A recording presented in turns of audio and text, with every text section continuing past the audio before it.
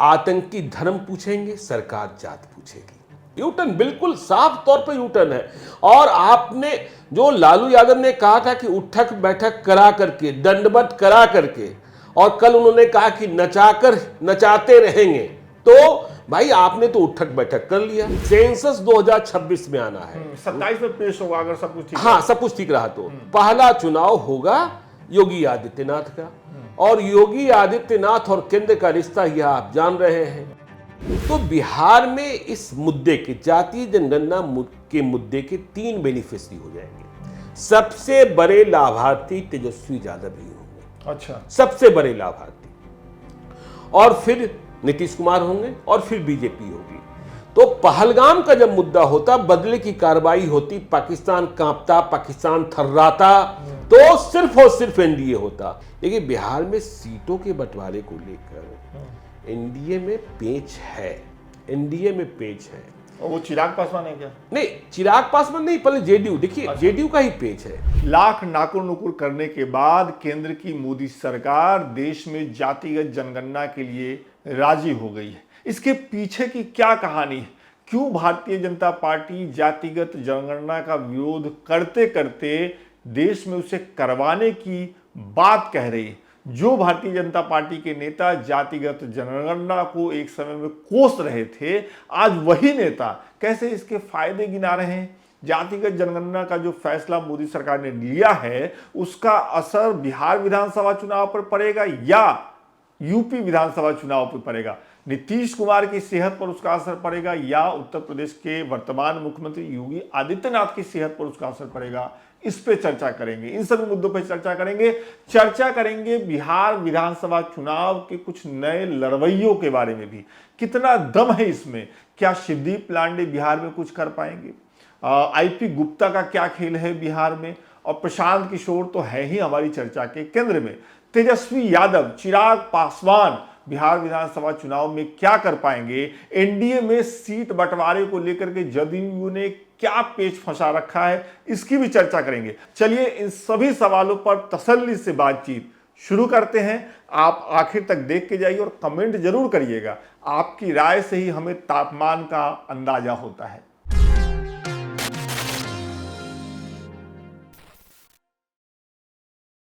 Dnyaneshwar ji, of camera में एक बार फिर आपका स्वागत है। बहुत बहुत धन्यवाद विकास भाई।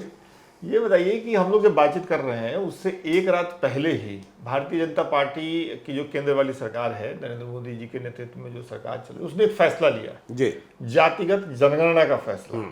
टीवी पर इसे बीजेपी का मास्टर स्ट्रोक कहा जा रहा है, लेकिन अगर अपनी याददाश्त पे थोड़ा सा जोर डाले, ज्यादा नहीं, तो ये बीजेपी का बड़ा यू टर्न दिखता है। आप विरोध करते रहे, अचानक से जब पूरा देश मांग कर रहा है कि पहलगाम के बाद पाकिस्तान पर कोई कार्रवाई हो, तब जातिगत जनगणना की मांग को मान लेना, क्या देखते हैं इस फैसले में? नहीं, बिल्कुल सही कहा आपने विकास भाई कि देखिए मास्टर स्ट्रोक का इंतजार कहाँ किया जा रहा था। मास्टर स्ट्रोक का इंतजार तो किया जा रहा था पाकिस्तान के प्रति, कि आप कुछ ऐसा करेंगे कि जो पहलगाम में हुआ है, और जिस तरीके से पहलगाम में बगैर जात पूछे, धर्म पूछकर लोगों को मारा गया, लोगों को सुकून मिलेगा कि आपने बदला ले लिया। तो मास्टर स्ट्रोक का इंतजार कहाँ था और आपने बात कहाँ घुमा दी।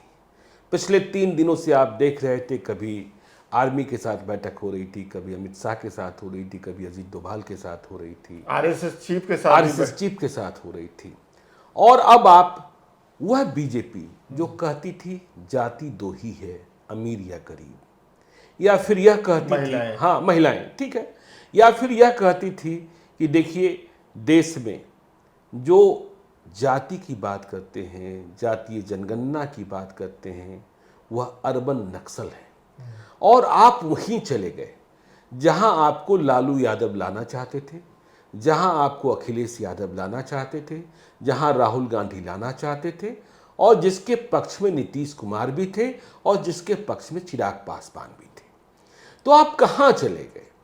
अब देश में जो आप हिंदू मुस्लिम चलिए सांप्रदायिक ध्रुवीकरण की बात हो रही थी, अब इस देश में जातीय ध्रुवीकरण की बात होगी। आतंकी धर्म पूछेंगे, सरकार जात पूछेगी। तो आप कमंडल से मंडल पर आ गए। हाँ? तो मंडल पर आ गए आप। तो भाई अब आप दूसरों की बात छोड़ दीजिए, अब आप सिर्फ भीमराव अंबेडकर की बात कीजिए और बीपी मंडल की बात कीजिए।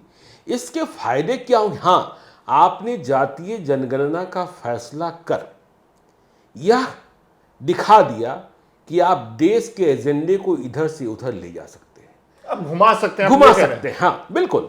जब देश इस बात का इंतजार कर रहा था, रोज टीवी पर क्या खबरें चल रही है, पाकिस्तान की रात आज आखिरी रात, पाकिस्तान में रत जगा हो रहा है।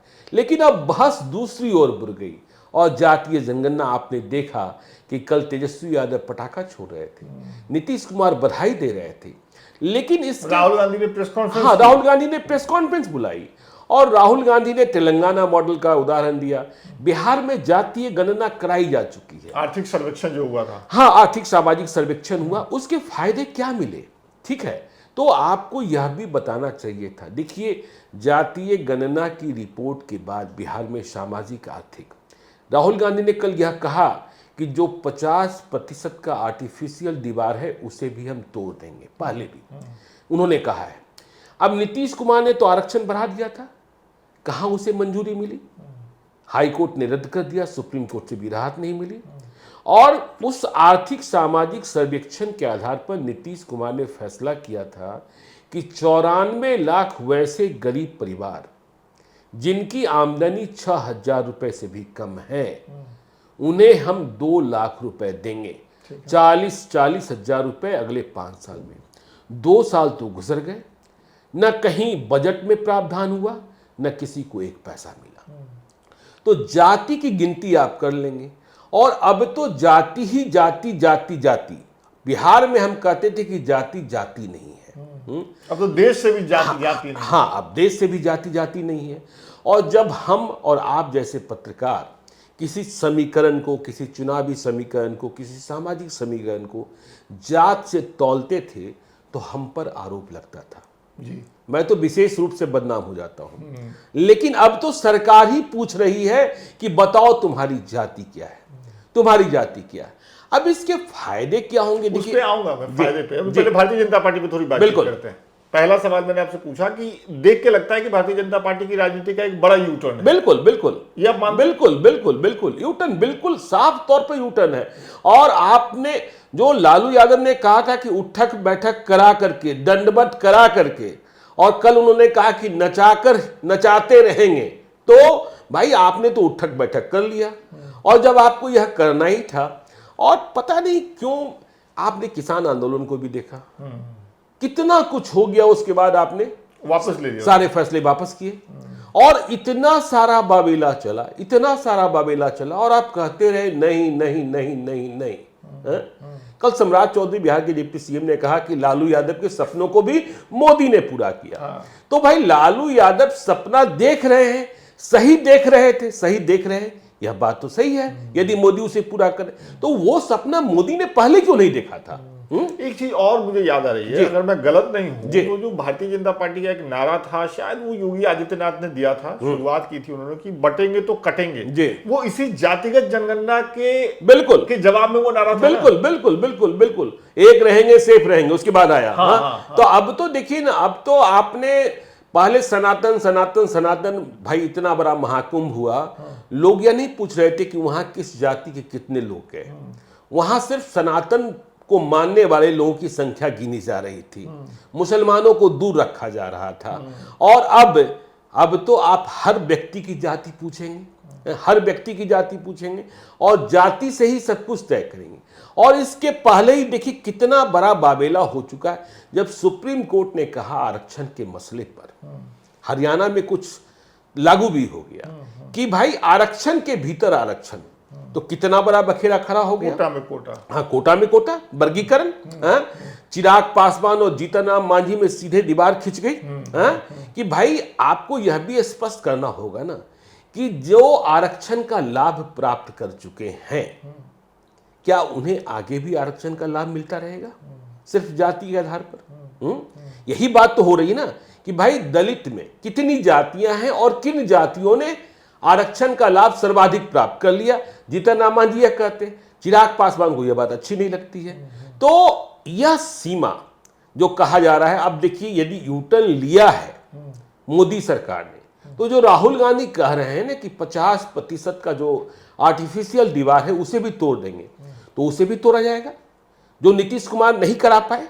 ठीक है, नीतीश कुमार जो अभी तेजस्वी यादव कह रहे थे कि 9वीं अनुसूची में शामिल करा लीजिए, जैसा कभी तमिलनाडु में जयललिता ने कराया था, जयललिता नहीं कराया था। हाँ, तो अब तो आपको यदि जाति आधारित जनगणना आप करा रहे हैं, इसका बिहार पर क्या असर होगा, लेकिन उस पर भी बातचीत करेंगे ज्ञानेश्वर जी, उस पर भी बातचीत करेंगे, लेकिन ये ऑफ कैमरा, और आप हमेशा खुल के बोलते हैं। बिल्कुल। एक सवाल मेरा और इस टॉपिक पे है कि आप देखिए कि जातिगत जनगणना एक ऐसा मामला था जिसमें ऐसा नहीं कि भारतीय जनता पार्टी के छुटभइये नेता विरोध करते रहे हो, कि चलो मंगल पांडे ने विरोध कर दिया, लेकिन ऊपर के नेताओं ने, देश के प्रधानमंत्री नरेंद्र मोदी अरबन नक्सल वाली सोच बोलते हैं। बिल्कुल।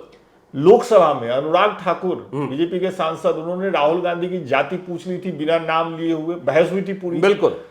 उत्तर प्रदेश के मुख्यमंत्री योगी आदित्यनाथ ने इसका विरोध किया। तमाम भारतीय जनता पार्टी के बड़े नेता इंक्लूडिंग आरएसएस के नेताओं के भी बयान इसके खिलाफ आए थे कि ये अच्छी चीज नहीं है। मैं आपसे ये पूछता हूं कि इसके फायदे नुकसान में तो बाद में जाएंगे। भारतीय जनता पार्टी के बारे में एक बात कही जाती है कि सब कुछ वो प्लानिंग के तहत करते हैं, नफा नुकसान जोड़ के करते हैं। इस समय जब पहलगाम के बाद एक बदले की कार्रवाई की मांग है, बिल्कुल, ये फैसला मोदी सरकार ने क्यों लिया? ये सवाल तो मन में आता है, जवाब आप खोज पाए हैं? बिल्कुल नहीं, देखिए क्यों फैसला लिया, अभी आपके ही सवाल में जवाब है ना। पहलगाम की चर्चा छोड़कर हम लोगों ने जातीय जनगणना की चर्चा शुरू कर दी। पहलगाम का बदला कब लिया जाएगा, पहलगाम में क्या रणनीतिक भूल हुई, क्या कूटनीतिक भूल हुई, कहाँ लैप्सेस थे, इसकी कोई चर्चा आप देखिए अगले 1-2 दिनों में बात खत्म हो जाएगी और जातीय जनगणना की बात शुरू हो जाएगी। और देखिए, जातीय जनगणना के बाद पहला चुनाव उत्तर प्रदेश का होगा, बिहार का नहीं। जातीय जनगणना के बाद अभी तो जातीय जनगणना का फैसला किया गया है, सेंसस 2026 में आना है, 27 में पेश होगा अगर सब कुछ ठीक, हाँ सब कुछ ठीक रहा तो। पहला चुनाव होगा योगी आदित्यनाथ का, और योगी आदित्यनाथ और केंद्र का रिश्ता यह आप जान रहे हैं। और जैसे ही जातीय जनगणना की रिपोर्ट आएगी तो वह बात फिर से उठेगी, जिसकी जितनी आबादी उसकी उतनी हिस्सेदारी। तो देखिए, प्रशांत किशोर एक बात कहते हैं, क्या प्रशांत किशोर एक बात कहते हैं कि देश में अभी ऐसा कोई मुख्यमंत्री नहीं है जो वहां की सबसे बड़ी जाति का चेहरा है। ठीक है ना, योगी आदित्यनाथ की जाति राजपूत। योगी आदित्यनाथ ने सत्ता किससे छीनी? योगी आदित्यनाथ ने सत्ता छीनी मायावती से, योगी आदित्यनाथ ने सत्ता छीनी अखिलेश यादव से। राजपूत की संख्या कितनी? लेकिन जब जातीय जनगणना की रिपोर्ट आएगी और ताकत मालूम होगी तो फिर गोलबंदी बढ़ेगी। एक बात कही जा रही है कि इसका ये जो गणना होगी, इसकी जब रिपोर्ट आएगी तो उसका इस्तेमाल जो है वो अपलिफ्ट करने में किया जाएगा सोसाइटी को, राजनीति इस पे नहीं होगी। ये कौन गारंटी लेगा कि जब रिपोर्ट आएगी तो इस पे राजनीति नहीं होगी? नहीं क्या, अरे तो इसका मतलब नीतीश कुमार फेल हो गए? जातीय गणना की रिपोर्ट आई और उन्होंने बिना सोचे समझे आरक्षण बढ़ा दिया, उनको क्या पता नहीं था कि संविधान में क्या लिखा है?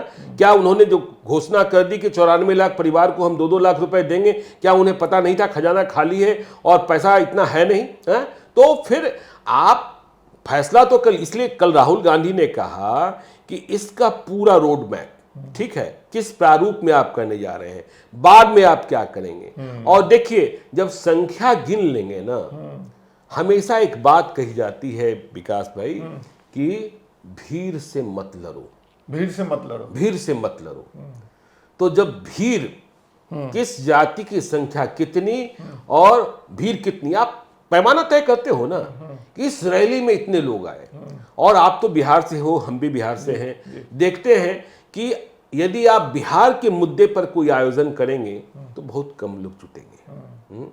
अब तो स्थिति यह है कि लोग बारात और घाट जाने के लिए भी लोग नहीं मिल रहे हैं, उसके लिए भी मान मनोवल करना पड़ रहा है। लेकिन जैसे ही जाति की बात होती है, गोलबंदी हो जाती है। आपने देखा पटना में 11 अप्रैल को प्रशांत किशोर की रैली थी, गांधी मैदान कितना भरा था, कितना खाली था, तस्वीरों में हमने देखा। और 2 दिनों के बाद एक नए आईपी गुप्ता, तांती तत्वा समाज, पान महारैली, पता नहीं लोग कहां से आ गए। तो जैसे ही जाति गिनी जाएगी, आरक्षण लौटाने की बात थी, आरक्षण लौटाने की बात थी। जैसे ही जाति गिनी जाएगी वैसे ही कई तरीके की चर्चा, अब उसमें सब कुछ खत्म हो जाएगा। जय श्री राम खत्म हो जाएगा, ठीक है ना, जय श्री राम खत्म हो जाएगा। फिर कितने भगवान आपको आजकल तो देखते हैं, जातियों के भगवान, हर जाति के अपने, हर जाति के अपने भगवान है। भगवान को भी शायद पता रहा होगा कि नहीं रहा होगा कि वो किस जाति के हैं। अब भगवान परशुराम भाई भूमियारों के हैं, जय श्री कृष्ण यादवों के हैं, जय श्री राम, अब यदि भगवान श्री राम की बात कर लिए तो वो रघुवंशी मानते हैं। तो उसके बाद कितनी जातियां हो जाएगी। अब देखिए बिहार में मोकामा में एक चौहरमल जयंती मनती है, तो क्या क्या होगा इसके बाद आपको पता ही नहीं है। जो आप कह रहे थे ना कि बटोगे तो कटोगे, अब उसके बाद तो बटना ही बटना है। आप बिहार से आते हैं, पहले एक जाति कही जाती थी वैश्य जाति, अब वैश्य जाति में एक कलवार है, ये तेली है, ये फला है, ये फला है, ये सूरी है, इस तरीके की। तो अब तो बटना ही बटना है और अधिक बटना है। एक चीज और कही जाती है कि जातियां वो जातियां जो सालों तक निचले पायदान पर रही, जिनका शोषण भी हुआ, आज भी कुछ बयानों में होता है। बिल्कुल तो बिल्कुल। लोकतंत्र में जब वो अपना हक मांगेंगी और उनकी आवाज बुलंद होगी तो इससे लोकतंत्र मजबूत ही होगा। इससे नहीं, मैं इससे सहमत हूं कि देखिए लोकतंत्र में आवाज उठनी चाहिए जो सबसे वंचित समाज की है, ठीक है ना, लेकिन वह आवाज, अब देखिए आप कहते हैं ना कि भाई ये जाति वो जाति वो जाति, जो हिस्सेदारी देने वाले लोग हैं वो किन जातियों के लोग हैं, वो किन जातियों, ये मार्के की बात है। हाँ, वो किन जातियों के लोग हैं। कहेंगे सबन बड़े मजबूत हैं। आप बिहार के परिप्रेक्ष्य में ही बात कर लीजिए, किसी भी सबन नेता को जाकर टिकट किससे मांगना है? टिकट मांगना है लालू यादव से, टिकट मांगना है नीतीश कुमार से, टिकट मांगना है दिलीप जायसवाल से। कोई इसमें सबन है क्या? हाँ, कोई सबन है क्या? हाँ, तो फिर जो हमने कहा, जो सुप्रीम कोर्ट की भी चिंता, आरक्षण के भीतर आरक्षण, कि भाई हमें मांगने उनके ही पास जाना है। तो जातियों में जागृति तब आएगी जब, देखिए मैं काशीराम के एक फार्मूले को बड़ा लोकतंत्र में बहुत महत्वपूर्ण मानता हूं। मैंने जिंदगी में एक बार ही साक्षात्कार किया था, मैं तब पॉलिटिकल रिपोर्टिंग नहीं अच्छा, मिले थे उनसे? मैं मिला था उनसे। अच्छा। पटना के पाटलिपुत्र होटल में। मेरी बीट पॉलिटिकल नहीं थी, लेकिन मेरे जिम्मे, तो उन्होंने कहा था चुनाव 3 बार लड़ने चाहिए, और काशीराम तब कुछ भी नहीं थे। चुनाव पहली बार हारने के लिए, दूसरी बार हराने के लिए, और तीसरी बार जीतने के लिए। तो जो वंचित जातियां हैं उनकी हिस्सेदारी तब बढ़ेगी जब वह टिकट मांगने जाने के बजाय स्वयं पहले लड़ेंगे। स्वयं लड़ेंगे तो किसी न किसी का नुकसान पहुंचाएंगे, दूसरी बार किसी न किसी को हरा देंगे, और तीसरी बार वो उनको खुद जगह मिल जाएगी, खुद जगह मिल जाएगी, खुद जगह मिल जाएगी। तो आपको यह देखना होगा ना कि भाई कहने के लिए यह हो जाता है कि हम इतने युवा वर्ग को देंगे, हम इतनी महिलाओं को देंगे। तो महिलाओं को देंगे तो महिलाएं कौन आती हैं? आपको फला बाहुबली को टिकट नहीं देना है, उसकी पत्नी को आपने उनकी पत्नी को दे दिया, और आपने कह दिया कि भाई इनके खिलाफ तो कुछ है नहीं, इनके खिलाफ तो कुछ है नहीं। तो जब तक यह माइंडसेट चेंज नहीं होगा, हाँ, तब तक किस बात, ठीक है ना। तो यह देखिए भारतीय जनता पार्टी ने देश का ध्यान ही बिल्कुल दूसरी ओर, कि आज पहलगाम पर सवाल पूछे जा रहे थे, पहलगाम पर चर्चा हो रही थी, रोज पाकिस्तान कांप रहा था। टीवी चैनल्स के हिसाब से कुछ टीवी चैनल ने तो लड़ाई करवा दी है, लड़ाई करवा हो रही है। हाँ, बिल्कुल बिल्कुल, हाँ, रोज मिसाइल की बात हो रही थी। अब जातीय जनगणना की बात करो, अब बात करो कि देश में इतने हैं।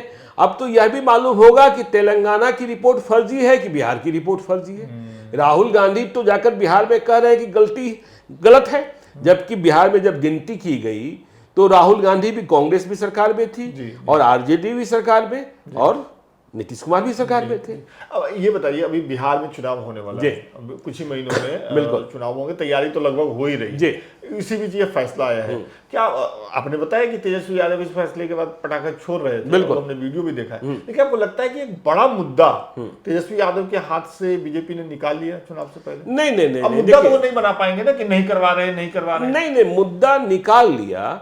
देखिए मुझे यह लग रहा था कि पहलगाम अटैक के बाद जो बदले की कार्रवाई इंडिया करेगा, उससे मोदी का कद और बढ़ा हो जाएगा। वो ज़्यादा महत्वपूर्ण होता। देखिए, जातीय जनगणना होगी और जातीय जनगणना के लिए मजबूर किया कांग्रेस ने, राजद ने, सपा ने, ये दोनों बातें हैं। तो आप यह कह सकते हैं कि मोदी ने वह मुद्दा ले लिया, लेकिन लड़ाई किसने लड़ी? लड़ाई किसने लड़ी और आपको झुकना पड़ा। तो बिहार में इस मुद्दे के, जातीय जनगणना के मुद्दे के 3 बेनिफिशियरी हो जाएंगे। सबसे बड़े लाभार्थी तेजस्वी यादव ही होंगे। अच्छा, सबसे बड़े लाभार्थी, और फिर नीतीश कुमार होंगे और फिर बीजेपी होगी। तो पहलगाम का जब मुद्दा होता, बदले की कार्रवाई होती, पाकिस्तान कांपता, पाकिस्तान थर्राता, तो सिर्फ और सिर्फ एनडीए होता और राष्ट्रवाद जागता। अब जातिवाद जागेगा, और जब जातिवाद जागेगा तो जाहिर तौर पर जो सबसे बड़ी बेनिफिशियरी वो आरजेडी, ठीक है, जो आधार वोट है उनके पास, यदि आज हम बात करें तो 32% पर वे खड़े हैं जी। और बिहार के चुनावों में दोनों अलायंस को सिर्फ 78% मत मिलते हैं, बाकी 22% मत इधर उधर हो जाते हैं। तेजस्वी यादव लगातार कोशिश कर रहे हैं कि हम 32 को 39 तक कैसे ले जाएं, 39 तक कैसे ले जाएं। इसके लिए आज मुकेश सहनी बहुत बड़े फैक्टर बन गए हैं। मुकेश सहनी का प्रदर्शन क्या होगा यह बाद की बात है, लेकिन मुकेश सहनी का रहना आवश्यक हो गया है। एनडीए को चिंता है कि 150 से अधिक हमको जाना है, 225 का टारगेट तय कर रखा है, तब मुकेश सहनी उनको भी चाहिए। और यदि मुकेश सहनी महागठबंधन में रहते हैं तो 2% वोट जुड़ेगा, 3% वोट जुड़ेगा, जो ही जुड़े। हाँ, जो भी जुड़े। अब देखिए पासी समाज को कैसे, अब तो लमनी ले करके तेजस्वी यादव कह रहे हैं कि भाई जैसे ही चुनाव मतलब खत्म होगा, महागठबंधन की सरकार बनेगी। वह प्रशांत किशोर की तरह नहीं कह रहे हैं कि 1 घंटे में हम शराबबंदी, नहीं, शराबबंदी नहीं, तारी को शराबबंदी से बाहर कर देंगे। अच्छा। शराबबंदी खत्म करने की बात अभी तेजस्वी यादव नहीं कर रहे। हाँ, ये प्रशांत किशोर प्रशांत कर रहे हैं। तो वो ये नहीं कह रहे कि हम घंटे भर में, वो कहते हैं कि सरकार बन गई तो 2025 खत्म होते होते। अब पता नहीं उनके जो बैकरूम में लोग हैं किसने समझा दिया कि तारी पर प्रतिबंध खत्म होने से इतना बड़ा 60,000 65,000 करोड़ रुपया आ जाएगा। हमने तो आज तक कहीं नहीं देखा। अब वो कह रहे हैं कि तारी को एक उद्योग का धंधा दे देंगे, नीरा वाली जो बात होती है। नीतीश कुमार ने भी कोशिश हाँ, नीतीश कुमार, वो फेल हो गई कोशिश, फेल हो गई, कुछ नहीं हुआ। तो तारी, अब देखिए, तो तारी से प्रतिबंध खत्म करना, यह भी तारी समाज मतलब पासी समाज को जोड़ने की कोशिश है। हाँ। पासी समाज, लेकिन आप गांव में जाएंगे तो पासी और यादव में संघर्ष है। बिल्कुल। हाँ, है संघर्ष ये मुफ्त का पी जाता है। हाँ, मुफ्त का पी जाता है, ठीक है ना। अब फिर देखिए, आप तेजस्वी यादव वैश्यों के बीच गए, क्योंकि तेजस्वी यादव को पता है कि 2005 के पहले सबसे भयभीत समाज जो रहा है वह वैश्य समाज रहा है। लेकिन तेजस्वी यादव ने यह उदाहरण नजीर पेश करने की कोशिश की कि 2020 में सबसे अधिक टिकट हमने दिए। ठीक है, स्ट्राइक रेट क्या रहा क्या नहीं रहा, तो 32 को 39 करने की कोशिश की जा रही है। और इधर देखिए नीतीश कुमार की सेहत का सवाल है। और देखिए, जो आप जातीय जनगणना के बाद बिहार का चुनाव होने जा रहा है, क्योंकि बिहार में जातीय गणना हो चुकी है। तो जातीय जनगणना से नीतीश कुमार की असलियत और नीतीश कुमार की पोल भी खुलेगी। तो जातीय जनगणना के बाद जब बिहार में उपचुनाव हुए, जातीय गणना महागठबंधन की सरकार के वक्त हुआ था, 4 सीटों पर उपचुनाव एनडीए की सरकार में हुआ। 4 सीटें थी, इमामगंज, बेलागंज, तरारी और रामगढ़। इनमें 3 सीटों पर आरजेडी का कब्जा था। तो 3 सीटों पर आरजेडी का कब्जा था, रामगढ़, तरारी में माले और बेलागंज में आरजेडी। लेकिन ये तीनों सीटें हार गई। अब कहने को उसका ज्यादा असर नहीं हुआ, उसका ज्यादा, जबकि क्रेडिट तेजस्वी यादव को, बिहार में नौकरी की बात होती है, जातिगत आरक्षण की बात होती है, तो क्रेडिट लेते हुए दिखते हैं। तो इसलिए अभी जो जातीय जनगणना का फैसला हुआ है और जब 2026 में सेंसस शुरू होगा उसके पहले बिहार का चुनाव खत्म हो गया रहा, तो इसलिए इसका बहुत असर आपको बिहार के चुनाव में हमें नहीं लगता कि देखने को मिलेगा। शोर कितने दिनों तक चलेगा। हाँ, पहलगाम का बदला यदि कुछ ले लिया गया तो राष्ट्रवाद हावी हो जाएगा और उस राष्ट्रवाद में यादव भी शामिल हो जाएंगे। आप याद कीजिए, अररिया का लोकसभा चुनाव, माई समीकरण की बात करते हैं ना, अररिया में मुसलमान और यादव एक हो जाएं तो किसी तीसरे की वोट की जरूरत नहीं होती है। लेकिन वहाँ लोकसभा चुनाव बीजेपी जीतती है क्योंकि वहाँ यादव भी राष्ट्रवादी हो जाते हैं और भाजपा के साथ जुड़ जाते हैं। भाजपा के साथ चले जी, ये जो अभी आरक्षण वाली बात है, आरक्षण कह रहा हूं मैं, ये जातिगत जनगणना वाली जो बात जी। है, अगर आप देखें तो वक्फ कानून जो आया उस पर जदयू ने समर्थन किया भारतीय जनता पार्टी को। क्या आपको लगता है कि जदयू ने भारतीय जनता पार्टी को ये पिच किया होगा कि भाई हम आपको वक्फ पे समर्थन दे रहे हैं, आप ये जातिगत जनगणना पूरे देश में करवाइए ताकि हमारे नेता का कद बड़ा हो कि भाई नीतीश कुमार ने करवाया ये फैसला, या क्या आपको लगता है कि जदयू ने इसके लिए दबाव डाला होगा भारतीय जनता पार्टी को? नहीं, देखिए दबाव डाला भी होगा लेकिन इसको इनकैश नहीं करा पाए। हाँ, मेरा भी मानना। यदि उन्होंने आंतरिक दबाव बनाया भी तो उनको यह पता होना चाहिए था 15 दिनों पहले से कि हाँ ये काम होने जा रहा है। और यदि यह पता होता तो 24 अप्रैल को प्रधानमंत्री नरेंद्र मोदी झंझारपुर गए थे। मनाही के बाद भी 22 अप्रैल को पहलगाम अटैक हुआ, मना किया गया था कि वहाँ कोई स्वागत, वहाँ कोई फूल नहीं लगा रहेगा, तब भी लगा हुआ था।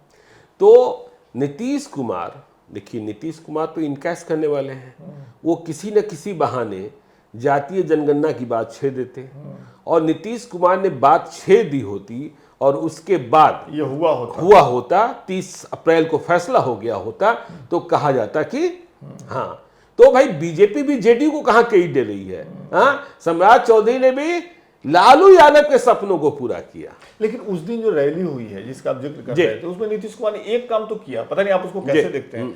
इतने सालों में पहली बार नीतीश कुमार ने मंच से कहा कि जो ले गए थे हमको आरजेडी में वो यहीं ना बैठे हैं। हाँ, हमारी पार्टी के अध्यक्ष न थे बिल्कुल ललन बाबू, उन्हीं की तरफ इशारा बिल्कुल, था। बिल्कुल। तो ये इतने सालों में नीतीश कुमार पहली बार मंच से क्यों ललन सिंह की तरफ इशारा करके बोले? देखिए क्या है ना कि नीतीश कुमार की सेहत क्या है और नीतीश कुमार क्या बोल लेंगे क्या नहीं बोलेंगे आप इसे नियंत्रित नहीं कर सकता है। और नीतीश कुमार ने अपने को एक्सपोज कर लिया ना, हम उसे दूसरे नजरिए से देखते हैं कि नीतीश कुमार ने दुनिया के सामने कबूल कर लिया कि अब हमें कोई दूसरा भी संचालित करता है और कंट्रोल करता है। नीतीश कुमार कोई कंट्रोल करने वाला आदमी था क्या कि हम आज आपको कह दें विकास जी कल आप यह चैनल छोड़ दीजिए और आप मेरे कहने पर चैनल छोड़कर चल दिए तो आपके मन पर तो मेरा कब्जा है ना।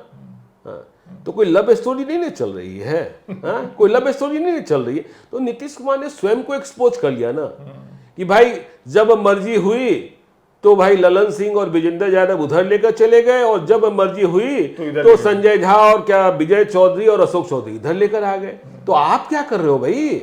आप क्या कर, यह तो आपकी मजबूती नहीं, या आपकी दृढ़ इच्छा शक्ति नहीं, यह आपकी कमजोरी का प्रतीक है ना। सही बात है, यह आपकी कमजोरी का प्रतीक है। हाँ। कुछ लोग इसमें एक और चीज देख रहे हैं, मैं पढ़ रहा था कहीं पे, मैं आपसे ऐसे पूछ लेता हूँ, पता नहीं कितना सही गलत। आप जो कह रहे हैं मैं लगभग उसी से सहमत हूँ। अब मेरी भी समझ वही कहती है। कुछ लोग ये कह रहे हैं कि नीतीश कुमार इशारों में बीजेपी को ये दे रहे थे समझाइश कि भाई जो आदमी हमें उधर लेकर के गया था वो आज भी केंद्र में मंत्री है, वो आज भी मंच पे बैठा है, मतलब पावरफुल है। अगर सीटों में बंटवारा ठीक से नहीं हुआ, चीजें ठीक नहीं हुई तो दरवाजा उधर खुला हुआ नहीं, दरवाजा खुले होने की बात नहीं है। देखिए अब बंद है। हाँ, दरवाजा अभी तो बंद है। देखिए अभी तो बंद है। कब खुल जाए? विधानसभा चुनाव के बाद कोई नहीं जानता है कि भाई बीजेपी क्या करती है नहीं करती। अभी तो दरवाजा बंद है। देखिए है क्या कि 24 अप्रैल की रैली के लिए प्रधानमंत्री की सभाओं में भीड़ जुटाने का जिम्मा बीजेपी अपने ऊपर लेती है। पहली बार 24 अप्रैल की सभा के लिए जेडीयू पूरी ताकत से लगी हुई थी कि हमारे लोग, हमारा झंडा उनसे अधिक दिखना चाहिए। अच्छा, तो दो बातों की उम्मीद थी।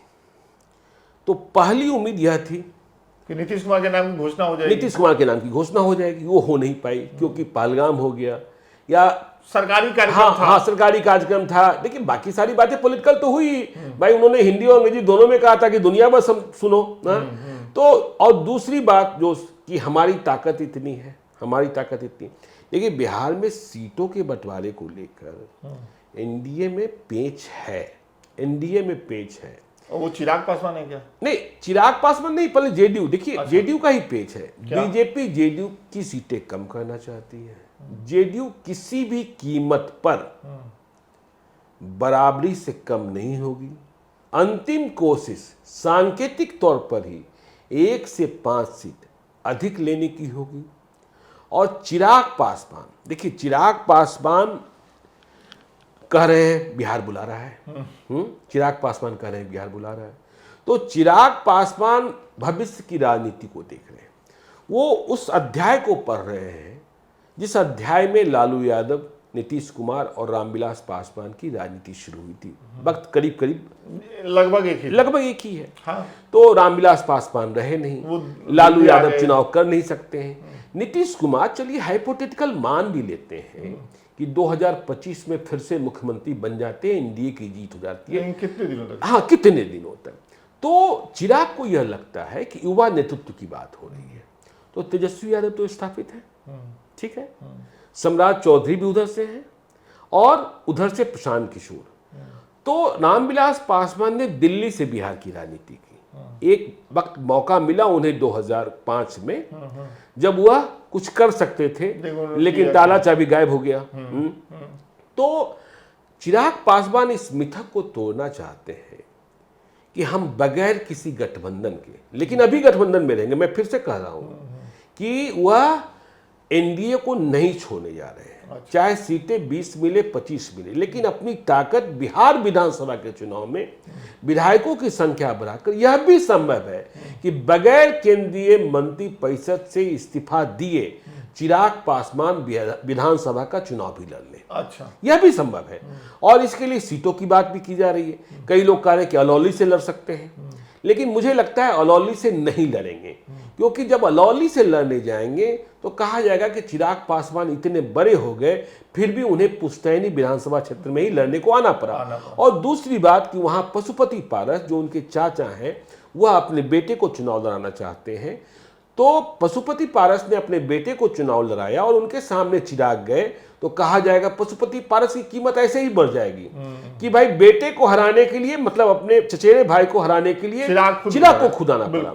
तो दूसरी सीट सिकंदरा की बात की जा रही है, जो जमुई लोकसभा क्षेत्र में है, जहां से अरुण भारती पहले तो 2014-2019 में ये थे, और फिर जब चिराग स्वयं लड़ते हैं तो उनकी पार्टी की स्थिति थोड़ी मजबूत होगी, उनके उम्मीदवारों का मनोबल बढ़ेगा और चुनाव जीत जाएंगे।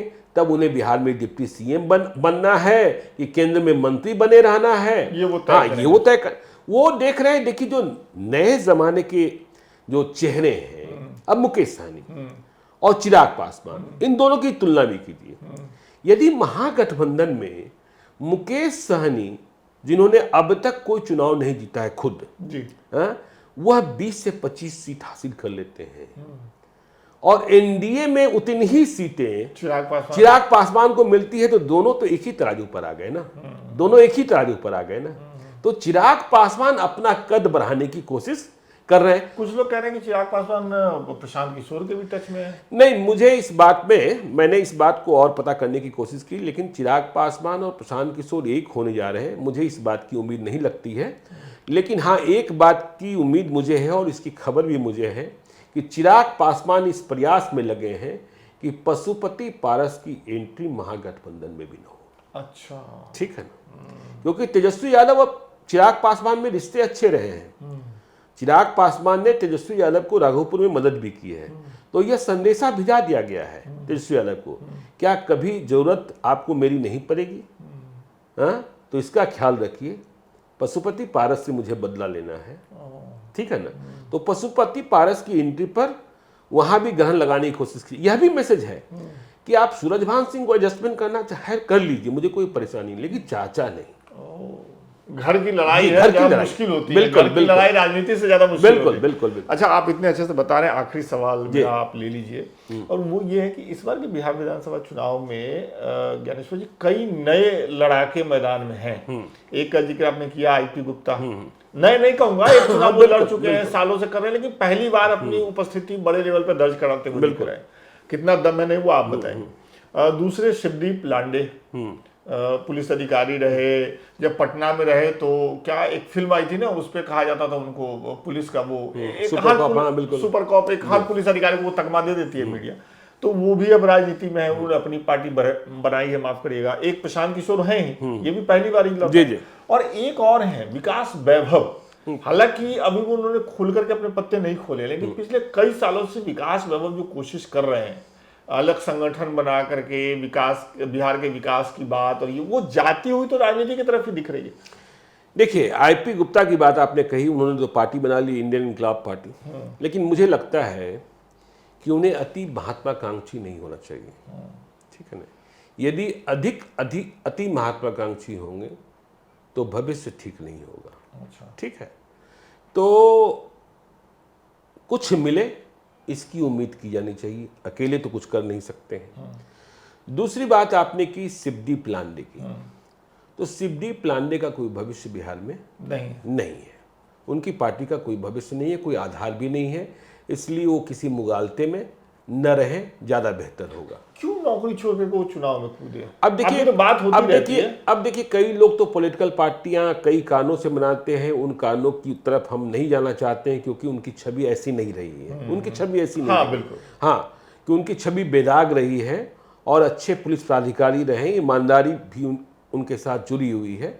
लेकिन जैसे पुष्पम प्रिया चौधरी ने पार्टी बनाई थी, तो अब पता नहीं कहाँ से कहते हैं, हाँ आती है कहाँ से पैसा? नहीं, पैसा का बात छोड़िए, उसको अपने यहाँ नहीं देहात में कहते हैं दिशाशूल। हाँ, तो कहाँ से दिशा भ्रम हो गया कि भाई हम बिहार में राजनीति जमा लेंगे और ये कर लेंगे वो कर लेंगे, और वो कोई अमिताभ बच्चन भी नहीं है और दूसरे भी नहीं हैं। और ऐसे लोग कि जितने भी मतलब प्लेटफॉर्म हैं, उनमें जितने भी स्पेस थे, वो सारे स्पेस तो प्रशांत किशोर कैप्चर कर चुके हैं। मैं वही कह रहा हूँ। और विकास वैभव, देखिए विकास वैभव अभी सामाजिक आंदोलन ही चला रहे हैं, लगातार चला रहे हैं, और मुझे लगता है कि वो 2029 का इंतजार करेंगे। अच्छा, 2029 का इंतजार करेंगे, अभी कोई हड़बड़ी नहीं है। हाँ, प्रशांत किशोर की बात है, प्रशांत किशोर की रैली में गांधी मैदान का दृश्य क्या था वो भी आपने देखा था। लेकिन अब जब जिलों में रैलियां हो रही हैं, वहाँ भीड़ आ रही है, वहाँ भीड़ अच्छी आ रही है, वहाँ भीड़ अच्छी आ रही है। और नालंदा में हरनौत में उतनी बड़ी रैली हुई, नवादा में रैली हुई, जमुई में हुई, बांका में रैली हुई। तो लेकिन सब, और सी वोटर का सर्वे भी आप देख ही रहे हैं।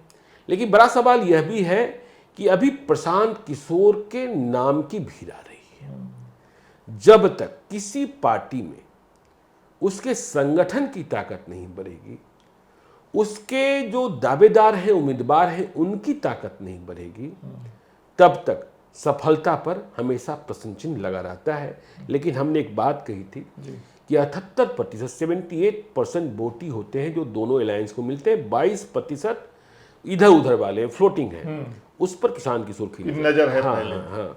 और जातीय जनगणना का हल्ला प्रशांत किशोर को कुछ फायदा पहुंचा सकता है। लेकिन मैं तो कुछ और सोच रहा था, जैसे इससे पहले जो मेरी आपसे बातचीत हुई थी, उसमें आपने कहा था कि प्रशांत किशोर अगर जाति की राजनीति नहीं करेंगे, जाति पे बात नहीं करेंगे, हाँ। बिहार के विकास की बात करेंगे, जाति विहीन समाज की बात करेंगे, तो उनको फायदा होगा। लेकिन अब ये इस घोषणा के बाद तो बिहार में जाति की ही बात होगी, तो प्रशांत किशोर कहाँ फिट होंगे? नहीं, अब तो बाकी सारे लोग जो है ना, वो तो बात करेंगे पिछड़ी जातियों की और दलित जातियों की ना। ये अगरों की बात करेंगे? नहीं, अगरों की बात नहीं करेंगे। देखिए, प्रशांत किशोर के साथ परेशानी क्या है कि वह पांडे हैं।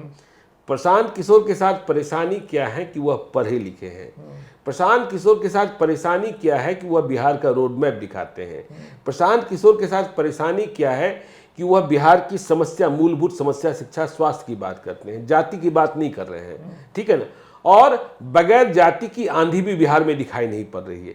प्रशांत किशोर ने जितनी मेहनत की है, यदि वह दलित होते, ईबीसी होते, तो आज कहां से कहां पहुंच जाते, और आईपी गुप्ता इसकी तुलना करने के लिए सबसे फिट है। एक आखिरी सवाल मेरा, जो प्रशांत किशोर की रैली हुई पटना में, जो हमने देखी तस्वीरों में कि भीड़ नहीं है, हालांकि प्रशांत किशोर ने कहा कि हमारी बसों को रोक लिया गया, सड़कों पे जाम कर दिया, आप इसकी सच्चाई बताइए, भीड़ आई थी कि नहीं आई थी? नहीं, देखिए, भीड़ तो अपेक्षाकृत नहीं आई थी, यह बिल्कुल सत्य है, और यह प्रशांत किशोर की रणनीतिक भूल थी। अच्छा, कैसे? देखिए, प्रशांत किशोर की रणनीतिक भूल ऐसे थी कि जो उनके साथ रिटायर्ड प्राधिकारी लोग हैं, उन पर उन्होंने अधिक भरोसा किया, और प्रशांत किशोर से मिलना पहले मुश्किल था, अब सहज हुआ है। अच्छा, अब सहज, उस रैली के बाद? उस रैली के बाद, ठीक है, इतना तो बदला। हाँ, इतना बदला, ठीक है ना, अब सहज हुआ। तीसरी जो कमजोरी हुई कि प्रशांत किशोर की रैली के बारे में, कि उनके यहाँ 10,000 से 12,000 लोगों ने करीब दावेदारी पेश की है चुनाव लड़ने की 243 विधानसभा क्षेत्रों से। अच्छा। सबों के नाम उन्होंने संदूक में बंद कर रखे थे। तो किसी को पता ही नहीं चल रहा था कि मेरे नाम पर विचार हो रहा है नहीं हो रहा है। आप कुछ तो हिंट्स देते। हमने लालू यादव को रैलियां करते देखा है आपने? देखा है। कोई व्यक्ति, अब विकास जी हैं, विकास जी गए, विकास जी आरजेडी के नेता हैं, लालू यादव से मिलने गए, गरीब रैला है। विकास जी ने कहा मैं 10,000 आदमी लेकर आऊंगा। लालू यादव ने अपने हनुमान भोला यादव को कहा कि विकास के नाम 200 आदमी लिखो। तो विकास जी को तो भाई भीतर खून खौल गया। लालू यादव हमको 200 आदमी के लायक मानते हैं, तो वो 500 आदमी लेकर आया। तो यहाँ अधिकारियों ने लिखा दिया कि 10,000 आदमी लेकर आएंगे, 5,000 आदमी लेकर प्रशांत किशोर ने मान लिया। और जिनको लाना था, जो उम्मीदवार थे, 10,000 में यदि 1,000 आदमी भी यदि नोट करके उसको आप कलमबंद करते, उनको आप 100 आदमी जिम्मा देते, 100 आदमी ही क्यों लाता, तो कितने लोग हो जाते। अब क्यों जिलों में रैलियां सफल हो रही है? हर जिले में आपके 5 उम्मीदवार हैं। अब आप जा रहे हैं, हर विधानसभा क्षेत्र में उम्मीदवार है, आप जा रहे हैं, उसको मालूम है कि मेरे नाम की चर्चा शुरू हो गई है, तो वो अपनी ताकत लगा रहा है और अब खचाखच भी दिखाई पड़ रही है। समस्या वही थी कि प्रशांत किशोर ने अब तक रणनीति तैयार की चुनाव की, जिनके साथ रहे, चाहे वो नरेंद्र मोदी के साथ रहे, चाहे वो नीतीश कुमार के साथ रहे, लालू यादव के साथ रहे, उद्धव ठाकरे के साथ रहे, ममता बनर्जी के साथ रहे, वहां भीड़ इकट्ठा करना प्रशांत किशोर का काम जिम्मेदारी नहीं थी। हाँ, वो बस प्लान कर देते थे कि एक रैली होनी चाहिए, उसके लिए दूसरा तंत्र था। और यहाँ सब कुछ प्रशांत किशोर ही है। ये मुश्किल लड़ाई तो जी है, बिल्कुल। लेकिन ऐसा लगता है कि प्रशांत किशोर के होने से बिहार का जो राजनीति है वो थोड़ी सी बदली तो है। चर्चा तो शुरू हुई है कम से कम विकास पे, डेवलपमेंट पे, पलायन पे। भाई आप जो प्रशांत किशोर मुद्दे उठा रहे हैं, अब उसी मुद्दे को तेजस्वी यादव उठा रहे हैं। और देश के किसी भी हिस्से में, आज हम और आप दिल्ली में बैठे हैं, मैं अभी जम्मू कश्मीर गया था, मैं और भी दूसरे प्रदेशों में जाता रहता हूँ, सभी लोग यह जानने के लिए परेशान रहते हैं कि प्रशांत किशोर क्या कर रहे हैं, क्या प्रशांत किशोर की बात सुनी जाएगी, प्रशांत किशोर जो बातें कह रहे हैं वह बिहार सुनेगा। देखिए, एक बयान राज्यसभा में अखिलेश सिंह ने दिया था, जो बिहार प्रदेश कांग्रेस कमेटी के पूर्व अध्यक्ष रहे।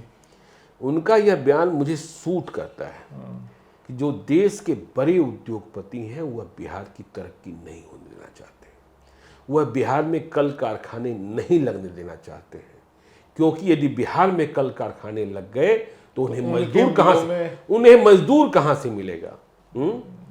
तो फिर तो कोई ऐसा ही विजनरी चाहिए ना, जो उन उद्योगपतियों को चुनौती देकर बिहार के आगे का रोडमैप तैयार कर सके और बिहार के लोगों को बिहार में ही रोजगार दिला सके। चलिए, बहुत बहुत शुक्रिया। हमसे ऐसे बतियाते रहिए जब भी आपके पास समय हो। बिल्कुल। ऑफ कैमरा के हमारे दर्शक आपकी बातों से लाभान्वित होते रहे। बहुत बहुत धन्यवाद।